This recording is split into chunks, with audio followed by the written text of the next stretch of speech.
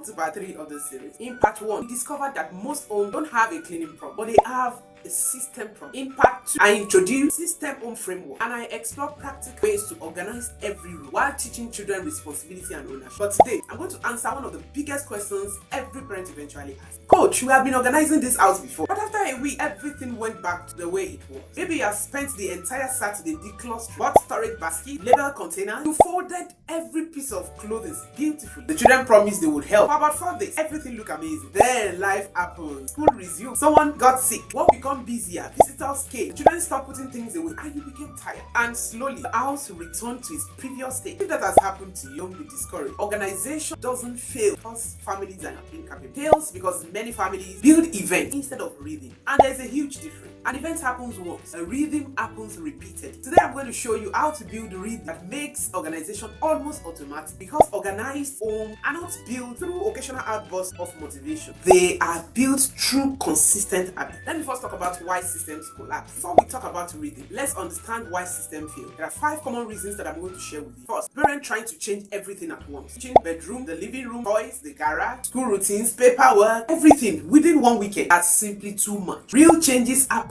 gradually. Second, parents become the system. Instead of the family following routine, the routine follows mom. If mom doesn't remind anyone, nothing happens. That isn't family system. That is parental dependence. The third reason, there are no review points. Successful businesses evaluate their systems regularly. Families should too. The fourth reason, children weren't trained. They were instructed. There is a difference. Training requires repetition. Instruction happens once. And finally, parents expect perfection instead of consistency. Remember this, consistency beats intensity every single time. Now the rhythm principle. I want you to imagine listening to your favorite song. Why is music beautiful? First, because of rhythm. The notes repeat, predictability, consistently. Families also need rhythm because children actually thrive on predictable patterns. Principles and research in child development consistently shows that routine provides children with a sense of security. Predictable environment reduces anxiety, it supports emotional regulation, and it helps children develop independence. You know why? Because they know what happens next. Rhythm reduces decision fatigue. When everyone already knows what happens next, nobody has to keep asking and nobody has to keep reminding. Life simply flows. So let's build those rhythms. The daily rhythm. Every healthy family needs anchor points. Moments that happen every single day. Not because someone feels motivated, but because that's simply part of what the family does. So I usually recommend these to families. I recommend dividing your days into 4 anchors. Morning, after school, evening, and bedtime. I will explore each of them. Morning rhythm. The morning should never begin with panic. If mornings are stressful, problem usually started previous evening. The healthy morning begins night before. Let me give you an example. Wake up, make the bed immediately, open curtain, personal hygiene, prayer, breakfast, collect school bag, collect school shoes, water bottle, live peacefully. Do you notice something? Nobody is searching. Because preparation happened yesterday. One decision removed today prevents 10 stressful moments tomorrow. Then after school reading, many homes become chaotic. Between 3 p.m. to 6 p.m. Children arrive, shoes are everywhere, bags on the sofa, lunch bags forgotten, uniforms on the floor, homework delayed, screens immediately come on. Instead, create a simple landing route. Use rag, bag, hook, lunch box, kitchen uniform, laundry basket, hands wash, snacks, homework, play. This sequence becomes automatic after consistent practice. And children will stop asking, what do I need to do? Because they already know. Then evening routine. This is my favorite. I call it 10-minute family reset. Every evening, same time. Set a timer. Play cheerful music. Everyone participates. Nobody supervises. Everybody contributes. Someone folds blankets. Someone clears the dining table. Someone returns the toy. Someone checks the school bag. Someone prepares school uniform. Someone empties the rubbish bin. When the timer ends, stop, celebrate. Do not criticize, celebrate. You know why this is important? Children repeat behavior that receives positive attention. And then bedtime reading. The final rhythm of the day prepares tomorrow's success. Backpacks packed, uniform ready, shoes together, water bottle filled, lunch plans confirmed, bedroom reset, prayer, reading, sleep. Never underestimate peaceful ends. Because children who sleep calm environment always wake up calm. The weekly reading. Now let's zoom out. Some responsibilities shouldn't happen every day. They should happen weekly. Choose one day every week for what I call family reset meeting. This isn't lecture. It is conversation. 15 to 20 minutes. Ask questions like, what worked well this week? What made life stressful this week? Which system needs adjustment? Who needs help? What are our priorities next week? This teaches children reflection, ownership, problem solving, family teamwork. Then assign weekly responsibilities. Not permanently, rotate them. This prevents resentment and teaches flexibility. I want to talk about weekly home zones. Instead of cleaning the whole house every Saturday, Monday bedroom, Tuesday bathroom, Wednesday kitchen, Thursday study area, Friday living room, Saturday outdoor space, Sunday reset. More consistent maintenance always beats overwhelming marathon cleaning. Then the monthly rhythm. Every month, evaluate. Always ask yourself these 3 questions. What system is working? What system isn't working? What needs simplifying? And schedule changes. School terms change. Your system should also grow. Perhaps your 8-year-old can now handle responsibilities that previously required supervision. Perhaps storage needs adjusted. Perhaps family routine needs updating. Healthy families review. Don't assume. Now, how do you prevent relapse? I want to talk honestly. Your family will have difficult weeks. Yes, exams, travel, illness, visitors, new baby, busy work sessions. That is normal. The goal isn't never becoming messy. The goal is recovering quickly. Think of your home like an airplane. Planes don't stay perfect. Of course, pilots constantly make small corrections. Successful family do the same. When you notice cluster increasing, do not panic. Reset. When routine weakens, reset. When children forget, teach again. When parents become overwhelmed, simplify. Remember, parenting is all about progress, not perfection. The 2-minute rule. Here is one habit that transforms many homes. If something takes less than 2 minutes, do it immediately. Hang the coat, return the scissors, wash the cup, fold the blankets, put the books away. Tiny actions prevent giant messes. Organization is usually the accumulation of tiny decisions, not dramatic clean days. So let me quickly share the 1 in, 1 out rule. There is another family habit you can explore. Whenever something new enters the house, something old leaves. New toy, donate one. New shoe, remove 1 pair. New clothes, give away something no longer used. Remember that without limit, possessions multiply endlessly. And the purpose isn't owning more. The purpose is managing well. This is how to protect your family peace. I'd like to end with something deeper than organization. I want to teach this because organized homes aren't about impressing visitors. They are about protecting relationships. Think about how many family arguments begins with misplaced items. Who moved my keys? Where is my homework? Who left this here? There's nobody helping. Organization removes unnecessary conflict and it protects emotional energy. Emotional energy is one of the greatest gifts parents can give their children. Children will remember whether every chef looked perfect, but they will remember whether home felt peaceful, whether people smiled, whether mornings were full of encouragement instead of shouting, whether evenings ended with laughter instead of frustration. That is what we are really building. Not organized homes, but healthy families. Here is your 7-day challenge. I like to challenge every parent watching this. Don't try to organize the entire home tomorrow. Instead, for the next 7 days, choose 1 room, only 1. Build 1 simple system. Practice 1 daily reading. Involve your children and always celebrate progress, not perfection. The next week, move to another room. Small changes, repeated consistently, create extraordinary family. As I conclude this series, I want to leave you with one thought. Children don't learn responsibilities because they live in organized home. They learn responsibility because organized home give them the opportunity to practice responsibility. Every shoe returned to its rack, every bed made, every lunchbox washed, every school bag packed. They aren't just jobs. They are opportunities to build discipline, self-control, stewardship, teamwork, character, and character, not comfort. One of the greatest gifts we can give to our children. So don't aim for a magazine perfect house. Aim for a home where everyone contributes, where everyone grows, where everyone belongs, where systems reduce stress, where love has more room to flourish because chaos no longer dominates the atmosphere. That is the kind of home every child deserves. This part 3 of this series has encouraged you. I love you to do 3 things, just 3 things. First, subscribe to this YouTube channel if you haven't. Every week, I share practical, research-based parenting strategies to help you raise responsible, emotionally healthy, purpose-driven children. Second, share this series with another parent. Never know how much stress it can save your family. And finally, I'd love to hear from you in the comment section. What is the first system you are going to implement in your home this week? Will it be a morning routine, family reset, home workstation, a shoe system, or something else? I love to celebrate your progress with you. Always remember that an organized home isn't built by perfect parents. It is built by ordinary families who consistently practice extraordinary habits. If you watch this video to this point, then watch my next video.